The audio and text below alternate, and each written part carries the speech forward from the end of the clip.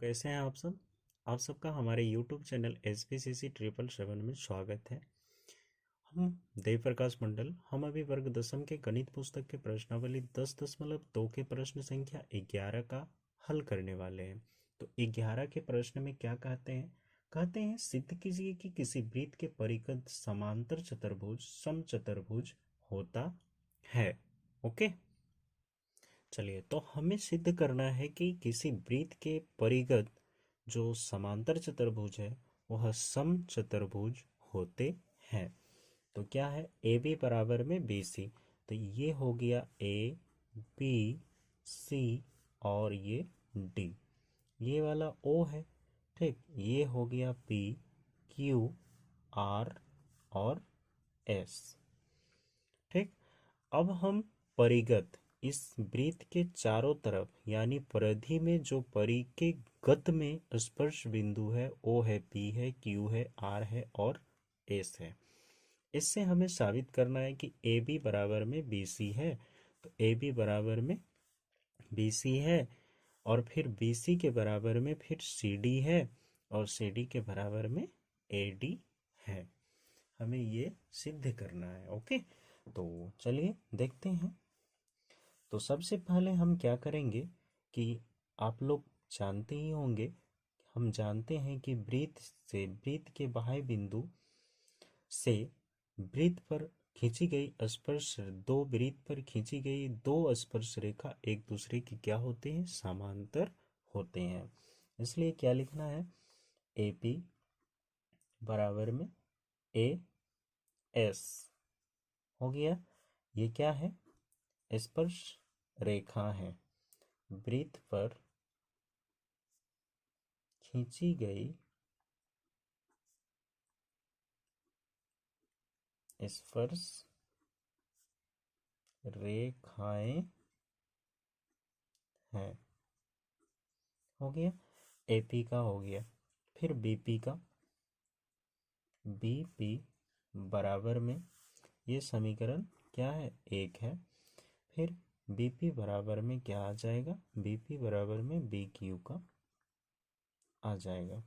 इसमें भी सेम चीज लिखना है। ये समीकरण मेरा बन जाएगा दो। फिर क्या है, सी आर बराबर में आ जाएगा सी क्यू के। सेम चीज लिखते जाना है। ये समीकरण 3 बन जाएगा। ओके, फिर यहाँ पे क्या बच गया, डी आर, डी आर बराबर में डी एस हो जाएगा।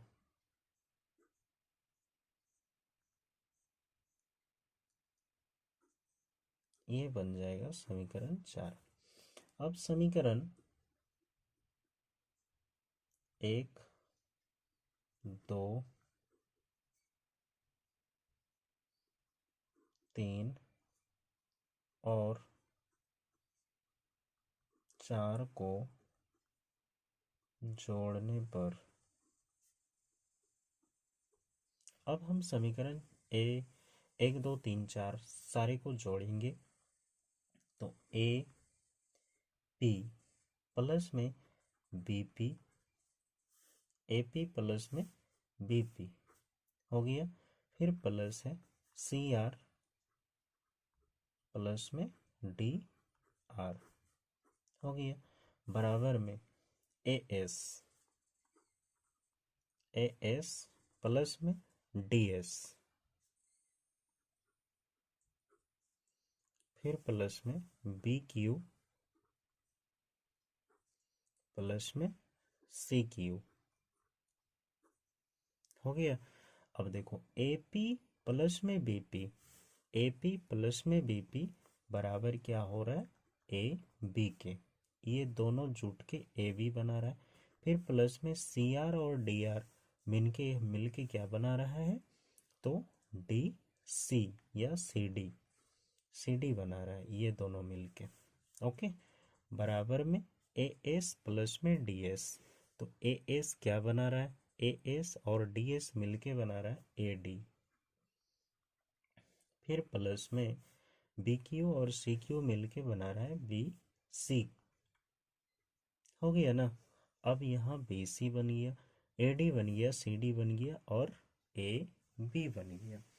अब देखो ए बी समांतर चतुर्भुज है, तो ए बी बराबर होंगे किसके? ए बी बराबर होंगे डी सी के।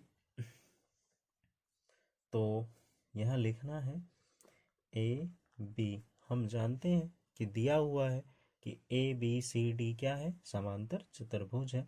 तो ए बी बराबर सी डी है ना। तो क्या हो जाएगा यहाँ पे?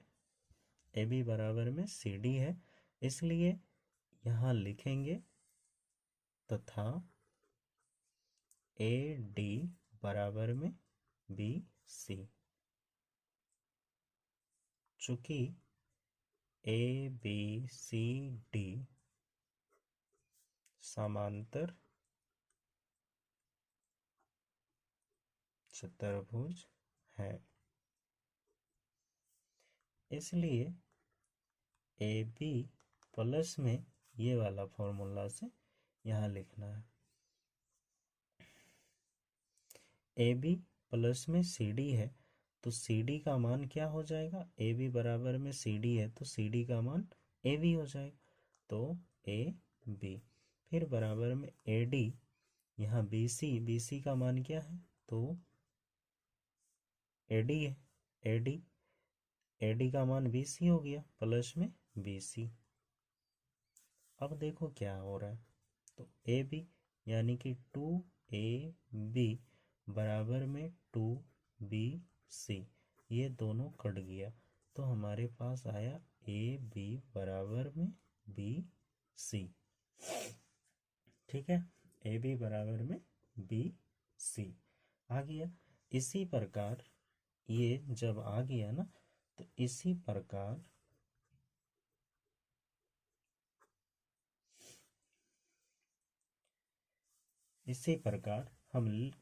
हम लिख सकते हैं कि ए बी बराबर बी सी बराबर सी डी बराबर ए डी। अतः सिद्ध हो गया ना। अतः ए बी सी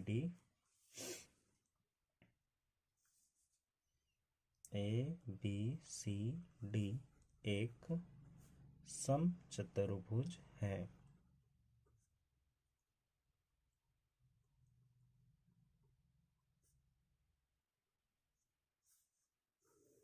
हो गया, ये क्लियर बन गया आपका।